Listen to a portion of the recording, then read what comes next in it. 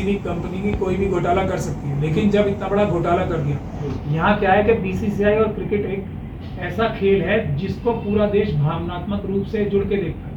और अगर बीसीसीआई ये आईपीएल में वीवो कंपनी का इतना बड़ा एडवर्टीजमेंट नहीं होती, पॉपुलैरिटी नहीं दे रही होती, तो शायद देश की जनता वीवो कंपनी के फोन इतने नहीं खरीद रही होती। तो अब जब ये घोटाला पता लग गया, तो क्या बीसीसीआई का ये फर्ज नहीं बनता, जिसके दोनों ही चेयरमैन और सेक्रेटरी, अभी तो ब्रिजेश शाह साहब बन गए, शायद मुझे पता नहीं कब बने हैं वो, पहले तो शायद गौरव गंगुली साहब थे ना, हटा दिया तो वो बन गए, अब दोनों ही गुजरात से बन गए हैं।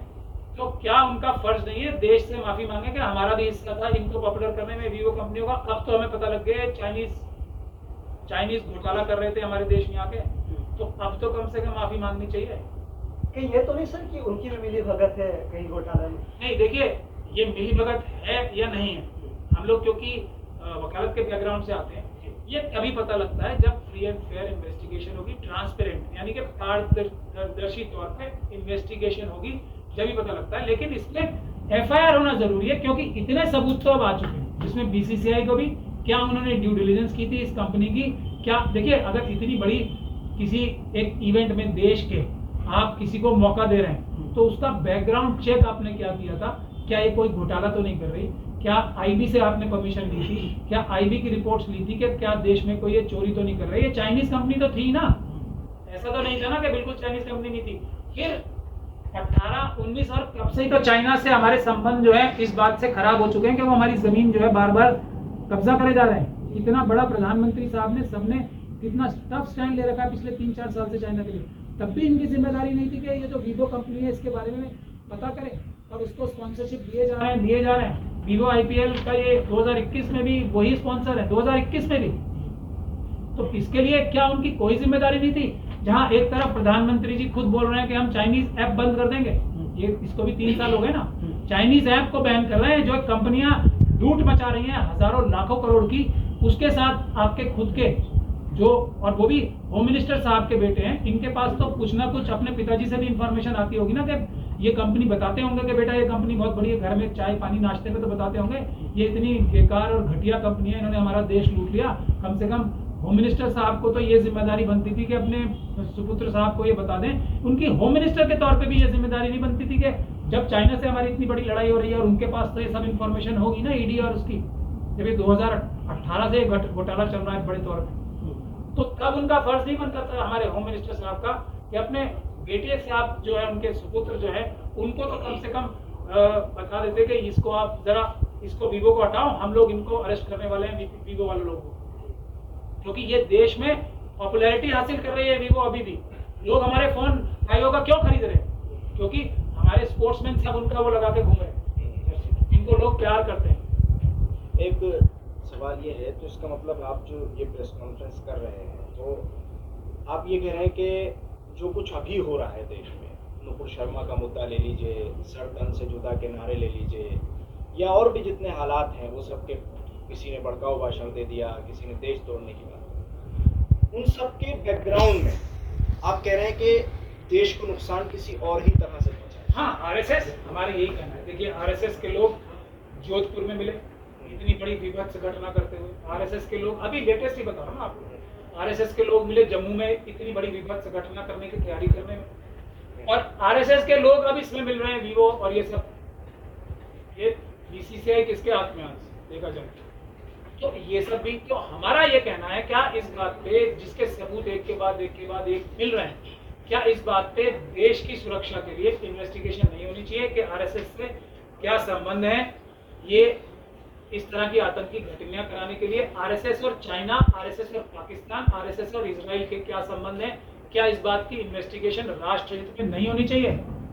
ट्रांसपेरेंट इन्वेस्टिगेशन किसी बड़ी एजेंसी से, ये क्या डिमांड करना इतने सबूत आने के बाद? नुपुर शर्मा ने 57 देशों से, जो देश के मित्र देश थे, और नुपुर शर्मा ने अकेले नहीं, उन्होंने बोला कि मेरे पीछे प्रधानमंत्री का ऑफिस है, होम मिनिस्टर का ऑफिस है, बीजेपी के प्रेसिडेंट का ऑफिस है, और वो देवेंद्र फडणवीस साहब मेरे पीछे है।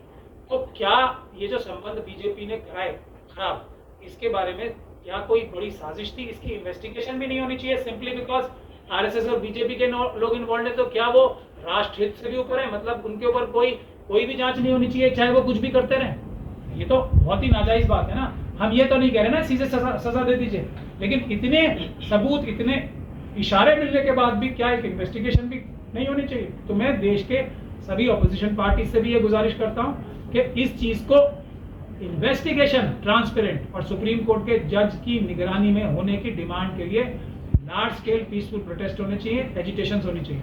उदयपुर में जो घटना हुई थी या उसके अलावा भी जो इस तरह की घटनाएं हुई जिसमें स्पेशली ये कहा गया कि भाई मुसलमानों ने ऐसा किया, सर तन से जुदा कर दिया, गला काट दिया या कोई भड़काऊ बयान दे दिया, उसमें तुरंत एनआईए को इन्वॉल्व किया जाता है और जांच की मांग कर ली जाती है और एनआईए उसमें आता भी है। तो क्या इस तरह के जो मामले हैं, जैसे वीवो की बात कर लें या और ये Xiaomi कंपनी की बात आप करें, तो इसमें भी एनआईए को आना चाहिए, क्योंकि ये भी तो देश के लिए खतरा है। ये है देश के लिए बड़ा खतरा।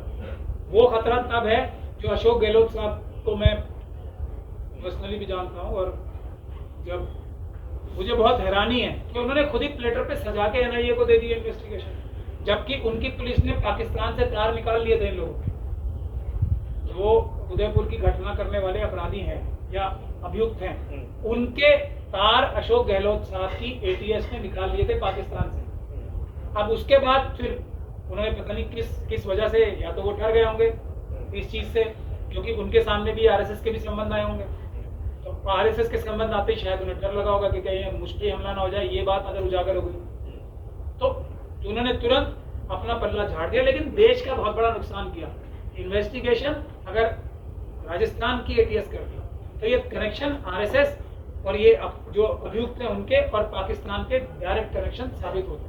अब मुझे पता नहीं क्या होगा इन्वेस्टिगेशन में, लेकिन इस बात पर इन्वेस्टिगेशन के लिए हमें जागरूक रहना चाहिए कि आरएसएस के क्या संबंध हैं। एक अडवाणी जी ने बहुत अजीब सी बात कही थी ना एक बार, टिप्पणी क्या की, वो हर एक आतंकवादी नहीं, हर आतंकवादी मुसलमान नहीं होता, लेकिन हर आतंकवादी क्या है, हर आतंकवादी मुसलमान नहीं होता, लेकिन हर आतंकवादी हर मुसलमान आतंकवादी नहीं होता, हर आतंकवादी मुसलमान ही निकलता है, मुसलमान ही निकलता है। लेकिन मुझे अब लग रहा है कि जो मुसलमान आतंकवादी निकलते हैं वो हर जो भी निकलते हैं उनके संबंध आरएसएस से जरूर होते हैं।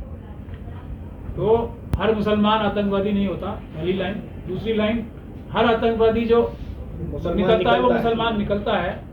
तो ये अडवाणी जी का कहना था। मेरा इसमें अब जो आज के हालात से नजर आ रहा है कि हर वो मुसलमान जो आतंकवादी निकलता है उसके तार आरएसएस से होते हैं और पाकिस्तान से होते हैं साथ साथ। ये क्या चक्कर है, इसकी क्या इन्वेस्टिगेशन नहीं होनी चाहिए? लेकिन सर, जो जुबैर के साथ हुआ, जो फैक्ट चेकर हैं और सच्चाई को सामने लेकर आते हैं, और आप इतने बड़े स्कैम का जिस तरह से खुलासा कर रहे हैं, तो आपको नहीं लगता आप जिस अम्बेडकरवादी सोच को या कॉन्स्टिट्यूशन को बचाने के लिए अपनी जान को भी आपने खतरे में डाला हुआ है, तो इसका अंजाम सिर्फ एक ही होगा, देश बचेगा या हम अपनी कुर्बानी से देश के लिए अगर हमारी हत्या होती है या हमें लंबे समय के लिए जेल में डाला जाता है, जिस तरह से जुबैर है, तीसरा सीकरवाद है, उससे पहले एक लाइन लगी हुई है ना सबकी। दिल्ली दंगों में भी तो इतने बेगुनाह लोग हैं, सबको जेल में ठूस रखा है ना, झूठे मुकदमे लगा के। तो एक नहीं है, लंबी फहरिस्त है।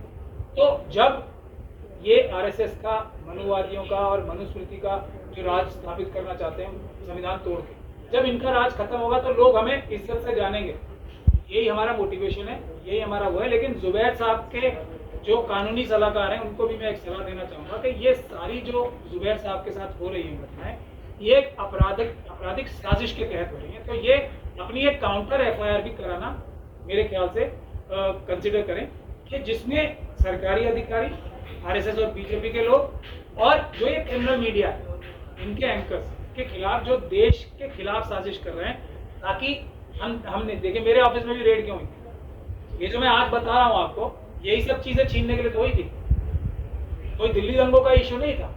ऐसी बहुत सारी चीजें मेरे पास है। अब जब ऑपोजिशन पार्टीज उस तरीके से मजबूती से नहीं कर रही, तो मैं वो एक के बाद एक जिसकी तलाश में स्पेशल सेल ने 15 घंटे लगाए थे यहाँ पे 200 लोगों ने, बंदूकधारियों ने, अब मैं वो बताता जा रहा हूँ। इसकी तलाश में भी आए थे उस वक्त जो मेरे ऑफिस में रेड हुई थी, कि इसके बारे में भी मेरे पास जानकारी है। और मैं बार बार एक बात कह रहा हूँ, जिसकी वजह से मेरे ऊपर हत्या करने की कोशिश की जाएगी, कि मनुवादी मानसिकता के गुजराती बिजनेसमैन कितने डायरेक्टर हैं ये चाइनीज कंपनीज में, इसकी तलाश की जाए, सबको पता लग जाएगा कि मेरे ऑफिस में रेड क्यों। ये है असली चीजें। तो हम उसको धीरे धीरे करके खोलेंगे और रेड की असली वजह भी आप लोगों को, और जो जुबैर साहब पे हमले हो रहे हैं उसकी असली वजह भी यही, उनका कंप्यूटर चाहिए ना उन्हें। जुबैर साहब वैसे मेरा कंप्यूटर चाहिए था मैंने तो अभी तक बचा के रखा हुआ है। अब तो उसके अलावा भी जान कब तक बचाएंगे? जान तो ऊपर वाले के हाथ में होती है ना। जान अगर इंसानों के हाथ में होती, मौत, इज्जत, जिल्लत, जेल, एक्सीडेंट, गौरी लंकेश के बारे में बस यही कह रहा हूँ ना, ये लोग सब हैं। जब अम्बेडकरवादियों का सही राज आएगा तो ये लोग हमारे नेशनल हीरोज के तौर पे, इनकी सबकी फोटोज पार्लियामेंट में लगेंगी, गैलरी। लेकिन बात जद्दोजहद मेहनत बहुत लगने वाली है, कठोर और सख्त समय गुजर रहा है इस वक्त का। या तो अम्बेडकरवादी, देखिए अम्बेडकरवादी संसद में तो जाएंगे आज नहीं तो कल, थोड़े 1-2 साल 5 साल की बात है मैक्सिमम से मैक्सिमम। फिर या तो हम लोग संसद में होंगे या हमारी फोटोएं होंगी, दोनों में से एक चीज तो जरूर। अमित शाह जी ने तो कहा कि हम 50 साल तक राज करने वाले हैं। नहीं देखिए, और सारे राज्यों में भी तकरीबन कोई मना नहीं है इस प्रकार के क्लेम करना, क्योंकि अमित शाह जी तो राजनीतिक चाणक्य अपने आप को क्लेम करते हैं। तो एक बात ये भी होती है कि ऐसे ऐसे बड़े बड़े दावे करो ताकि लोग जो है तुमसे और डरना शुरू करें। लेकिन कुछ लोग हैं ऐसे मुट्ठी भर जो नहीं डरते किसी से भी ऊपर वाले के अलावा, और इज्जत करते हैं तो सिर्फ महमूद खराचा का नाम कर दें उसमें न डरने वालों। ये तो आप लोगों का फैसला है। अगर मैं डरा हुआ लग रहा हूँ तो ना करें, अगर नहीं लग रहा तो कर दें, यही मैं कह सकता हूँ। लेकिन अभी तो मेरे ख्याल से फोकस जुबैर साहब के लिए होना चाहिए, क्योंकि वो लेटेस्ट हैं हमारे इस, उसमें हम सबको फोकस करके जुबैर साहब को बाहर निकालने के लिए और उन्हें एक हीरो का वेलकम देने का। जब वो बाहर आए तो ही इज अ हीरो। उस तरीके से जब तीस्ता सीतलवाद साहिबा और जो दोनों हमारे पुलिस अधिकारी हैं, एक श्रीनिवासन सर क्या नाम उनका, और दूसरे जो हमारे ये दूसरे पुलिस ऑफिसर्स हैं जिनको तीस्ता सीतलवाद साहिबा के साथ अरेस्ट किया गया है, जब वो बाहर आए, संजीव भट्ट साहब, तो उनको हीरोज वेलकम मिलना ये हम सबकी जिम्मेदारी है। मिल्लत टाइम्स की खबरें पढ़ने, सुनने और देखने के लिए गूगल प्ले स्टोर से ऐप डाउनलोड करें। यहां आप उंगली की क्लिक में पढ़ सकते हैं 4 ज़बानों में न्यूज़, उर्दू, हिंदी, अंग्रेजी, बंगला। आप ऐप पर मिल्लत टाइम्स की वीडियोस भी देख सकते हैं।